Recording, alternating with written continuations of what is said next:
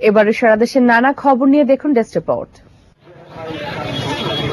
চালক, মালিক, যাত্রী, পথচারী ভাই ভাই, সড়ক দুর্ঘটনামুক্ত বাংলাদেশ চাই। এ প্রতিপাদ্যে জাতীয় নিরাপদ সড়ক দিবস উপলক্ষে নানা কর্মসূচি পালিত হয়েছে দেশজুড়ে।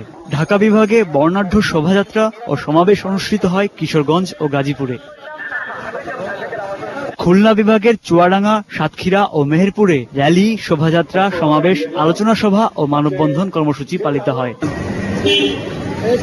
রাজশাহী বিভাগে নিরাপদ সড়ক চাই এর পাবনা, নাটোর ও নওগাঁ জেলা শাখার উদ্যোগে মানববন্ধন, আলোচনা সভা ও পরে র্যালি বের করা হয়।